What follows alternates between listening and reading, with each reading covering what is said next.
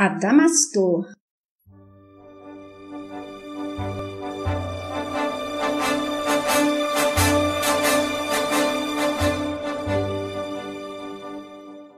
Ícaro redimido.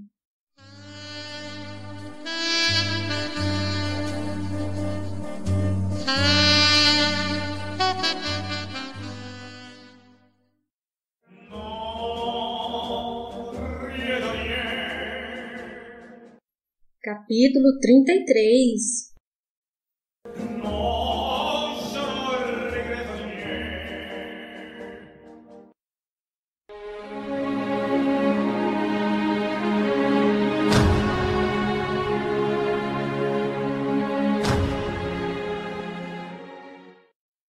Nos bastidores da guerra.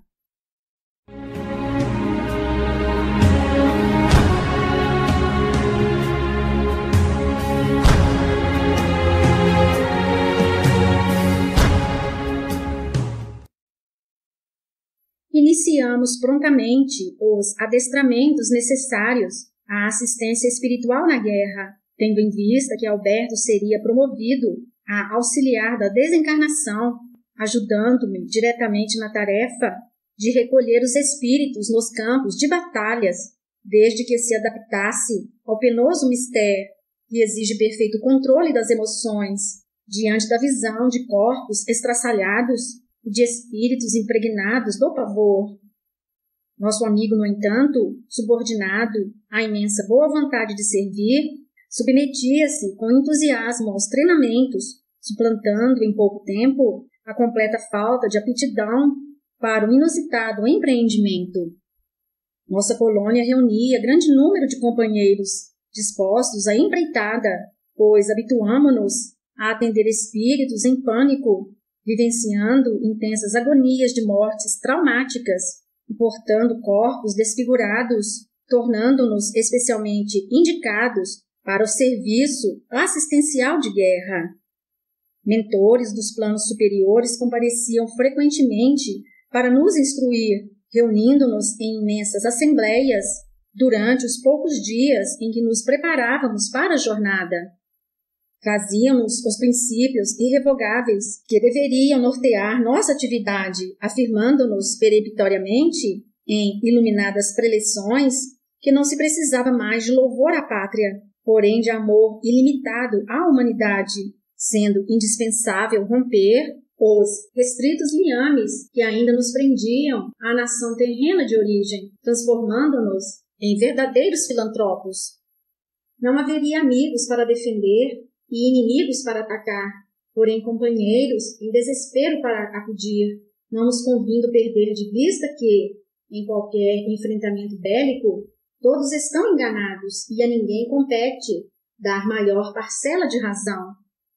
Nossas armas seriam as da bondade e da caridade cristã, e nosso eficaz escudo, o pensamento constantemente em prece, sob a intenção do bem, insígnias brilhantes que nos fariam soldados do Cristo e recursos indispensáveis ao bom êxito da tarefa. Qualquer vítima seria meritória de iguais cuidados, não importando sua nacionalidade, pois do lado de cada vida não há adversários ou aliados, sequer estrangeiros ou compatriotas, porém apenas irmãos em contendas, merecedores de iguais cuidados. Seria imperioso impedir que a indignação se nos convertesse em raiva diante das barbáries presenciadas, pois se nos deixássemos contaminar por estas baixas emoções, iríamos nos sintonizar com a hostilidade, expondo-nos aos intensos choques vibracionais do ódio que domina em tais ambientes, perturbando-nos a ponto de nos incapacitar para o serviço. Competia-nos assim, como irmãos de uma realidade maior da vida, compreender e aceitar o homem como um ignorante dos princípios que regem a criação, infeliz pelo próprio mal que é capaz de praticar, deixando à lei a tarefa de julgá-lo pelos seus inconsequentes atos. Seríamos vergados pelo clamor de muitas dores, agastados pelos atritos de imensas rivalidades e abatidos pelo dardejar altissonante da fúria e do desespero, porém, que permanecêssemos atentos e fiéis ao bem, pois invisíveis entidades angelicais estariam ao nosso lado, sustentando-nos a fragilidade da alma, trazendo-nos o beneplácito do amor divino para suporte de nossas fadigas e consolo das desditas humanas. Enfim, altruísmo sincero deveria nortear nosso trabalho, acima de toda adversidade, combatendo-nos a assídia que, peremptória, nos iria assolar o ânimo. Trabalharíamos, sobretudo, para aplacar nos corações dos homens o potencial de crueldade, semeando sentimentos de paz, concórdia e fraternidade. Estes eram os lemas indispensáveis à nossa missão e que deveríamos seguir com profundo e abnegado amor cristão. A guerra já havia começado e assumia proporções nunca vistas, assustando-nos a todos diante dos relatos daqueles que a presenciavam de perto. Era-nos penoso ver o homem terreno, qual criança rebelde e imprevidente, atear fogo ao próprio lar, precioso bem que a misericórdia divina nos concede, em nome de orgulhos injustificáveis e ambições desmesuradas. A direção espiritual do planeta se apressava para socorrê-lo, convocando todos os trabalhadores disponíveis. Portais do Vale, assim como outras colônias, desdobrava-se para atender aos apelos do alto, e todo colaborador que satisfazia as condições mínimas exigidas deveria ser aproveitado, devido à grande extensão das necessidades, pois milhares de espíritos recém-desencarnados jaziam nos campos de batalha, à espera de urgente socorro, e aguardava-se ainda o desenlace da ordem de dezenas de milhões de pessoas, entre civis e militares, até o fim do conflito. Nossa missão, conforme os treinamentos recebidos, consistiria no recolhimento destes desencarnados, pois a maioria deles não podia estar entregue ao relento, assistindo à decomposição do corpo físico, por não guardarem deméritos para tais sofrimentos. Grande curiosidade nos assaltava com respeito aos motivos desta guerra, e embora se aventassem causas imediatas para a sua irrupção, nossos superiores nos advertiam que a sua verdadeira origem residia nos orgulhos nacionalistas aviltados por intoleráveis interesses chauvinistas. Os sentimentos humanos ainda inferiorizados acumulam discórdias insopitáveis ao longo da caminhada evolutiva, desabando em enormes tormentas de ódios, gerando-se a necessidade da explosão de tais conflitos expurgatórios. Por isso, estes grandes embates são comumente o resultado de hostilidades seculares, que somente podem ser resolvidas pelo caminho mais afanoso, ou seja, o enfrentamento fratricida. Embora seja a solução mais difícil e dolorosa, na luta os inimigos, ainda que a contragosto, conhecem-se, aproximam suas culturas e acabam por se fundirem na dor que ambos disseminam, terminando na compreensão e no apaziguamento de suas rivalidades. Fato que nos atesta a excessitude da lei divina, capaz de retirar, ainda que do mal, realizações imorredoras para o bem. Além destas causas ocultas, todo conflito humano nunca se limita à dimensão terrena, mas se estende ao outro lado da vida, envolvendo ativamente o mundo espiritual, tanto as esferas superiores quanto os domínios do mal. Enquanto os planos iluminados, ainda que chorando a desgraça dos irmãos encarnados, cuida de lhes amparar a desdita, socorrendo-lhe as necessidades, as regiões tormentosas se consorciam à maldade, tratando de oferir proventos da crueldade e da vingança nas quais se comprazem.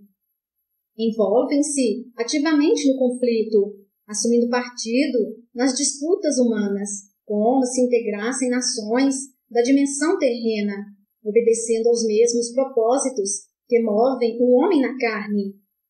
E muitas das vezes, as querelas terrenas não são mais do que prolongamentos de atritos que, na verdade, iniciam-se nestas esferas.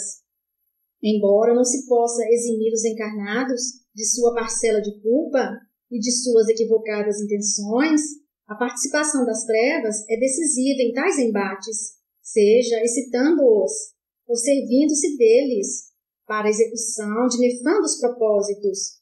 Porém, de qualquer forma, são os sentimentos ainda barbarizados dos homens que os afinam com os planos umbralinos, mantendo-se-lhes o estreito conúbio de ignóbeis escopos. Não podemos olvidar ainda, como já consideramos, que, assim como na Terra, os desencarnados se organizam em grandes comunidades, onde mantêm os costumes e os idiomas aprendidos na jornada da carne, configurando no espaço espiritual os mesmos limites políticos dos países de origem, em um nível dimensional denominado espaço das nações. As rivalidades oriundas do plano carnal atravessam a barreira da morte e prosseguem nessas regiões, pois os homens, embora envergando nova roupagem, continuam portando os mesmos sentimentos que os moviam na romagem física. Somente em dimensões muito elevadas é que são suplantados estes nacionalismos, unindo-se os espíritos pelos imperativos do amor sublimado, aplacando-se todas as desavenças, e onde os óbices da comunicação falada são superados pelos intercâmbios puramente mentais. O mundo espiritual inferior destarte ainda é dominado por grandes impérios regidos por precária ética de relações, fixada na involuída moral dos tempos medievais, na qual ainda se estacionam.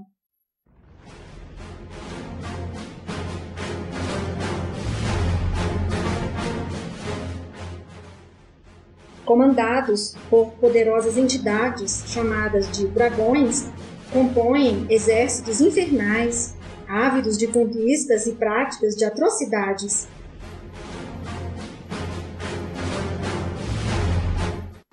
E também deflagram guerras, disputando territórios de influências e massas humanas para a exploração de seus baixos interesses.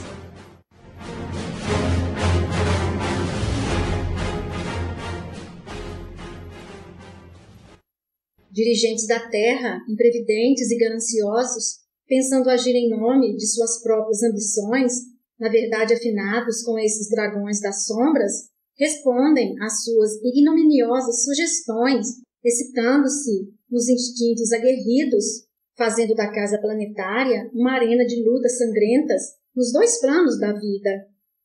Nossos orientadores informavam que a Segunda Grande Guerra Mundial, na verdade, era apenas uma continuação da primeira, que prosseguira sem solução na esfera espiritual.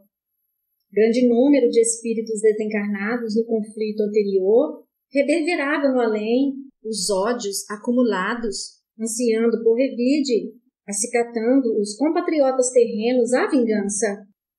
Menoscabados pelo incontido orgulho ferido e distanciados da real compreensão da vida, ainda que habitantes do plano do espírito, não se conformavam com a humilhante derrota.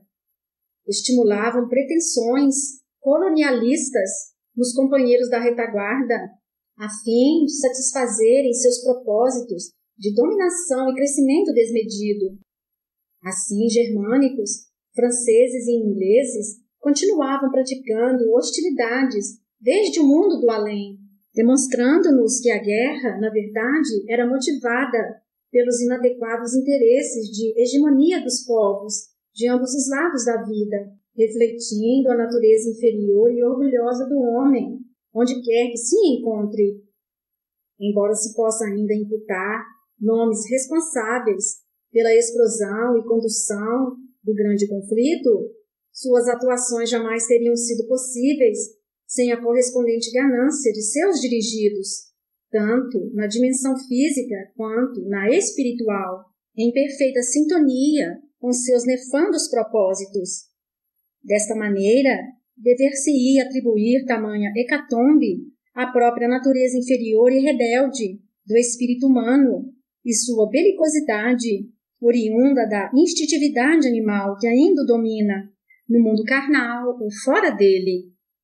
Os soviéticos, com seu descomunal império, bravateando domínios para além de suas incontidas fronteiras, eram outra ameaça que intimidava os gananciosos na carne ou fora dela, obstaculizando-lhes as imoderadas ambições. A supremacia da raça perfeita, a imposição de uma nova ordem social ao mundo e o extermínio contumaz e cruel das populações consideradas inferiores eram apenas motivações secundárias, atrativos engodos, aviltrados pelos espíritos trevosos, sedentos de execandras vindidas e ávidos do exercício de infrenes crueldades. O bolchevismo judaico, pretensamente consorciado às aspirações comunistas, completava o errôneo pretexto, tornando-se alvo das injustificáveis maldades que somente as inimizades do passado e a própria natureza humana podem explicar. A situação havia se agravado sobremaneira desde o aparente fim da Primeira Grande Guerra, e o plano espiritual inferior se agitava assustadoramente, irrompendo mórbidos e febricitantes sentimentos que somente seriam apaziguados mediante a disseminação de destruições em massa. O momento era um dos mais graves já vivenciados pela casa planetária, que ameaçava ruir sob o guante de equivocados déspotas, pregoando falaciosas promessas. Previa-se o envolvimento de cerca de 30 nações da Terra, segundo as estimativas de nossos dirigentes.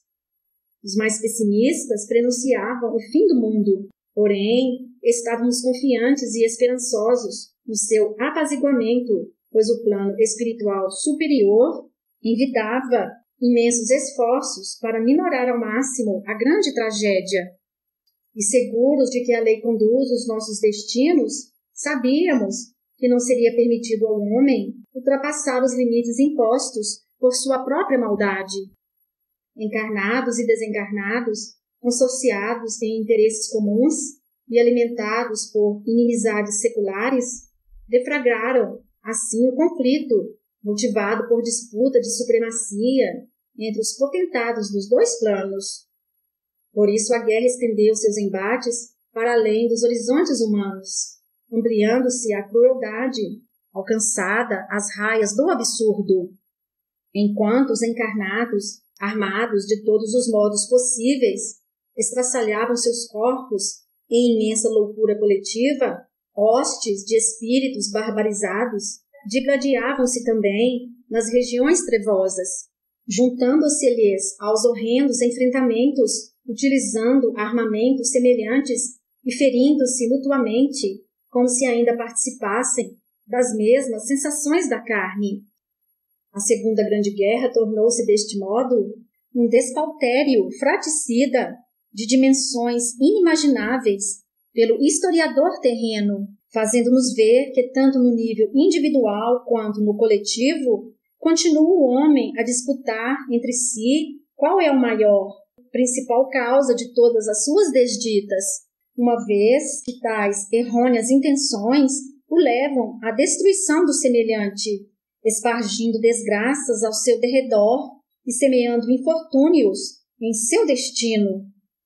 Túrbidas nuvens de vibrações negativas enevolavam-se na atmosfera e nas regiões espirituais imediatas à crosta, disseminando agruras e comprometendo todo o equilíbrio do orbe, contaminando desde os ambientes físicos até os seus campos magnéticos e espirituais. Contudo, os serviços assistenciais se intensificavam sobremaneira, coibindo a extensão do mal.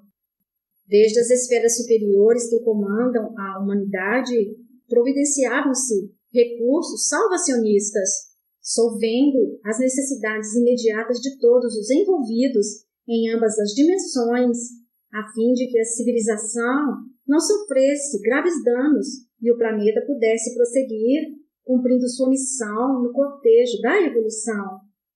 O trabalho urgia e nossos treinamentos não podiam se estender por muito tempo. Os menos hábeis no socorro espiritual deveriam seguir os mais experientes, fazendo no serviço ativo a real prática do aprendizado.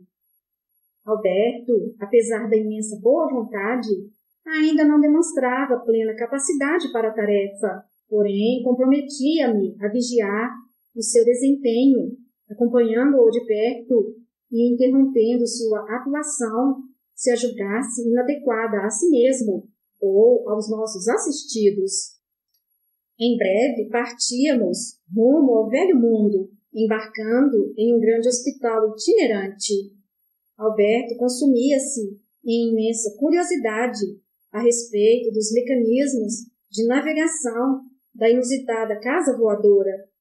Pouco podia lhe esclarecer, porém informava-lhe estarmos utilizando processo desconhecido dos homens, pois não trafegamos na mesma dimensão espacial do mundo físico e usamos propulsão de natureza eletromagnética. Viajaríamos por lugares de grande turbulência vibratória e necessitávamos de proteção para atravessá-las. Como nossos corações se achassem constritos e carregados de infaustos presságios, éramos envolvidos por coral de harmônicas vozes femininas.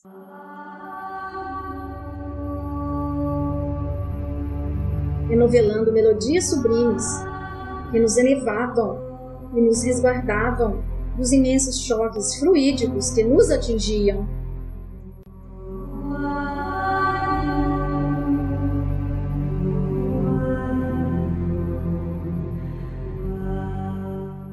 Fim da primeira parte.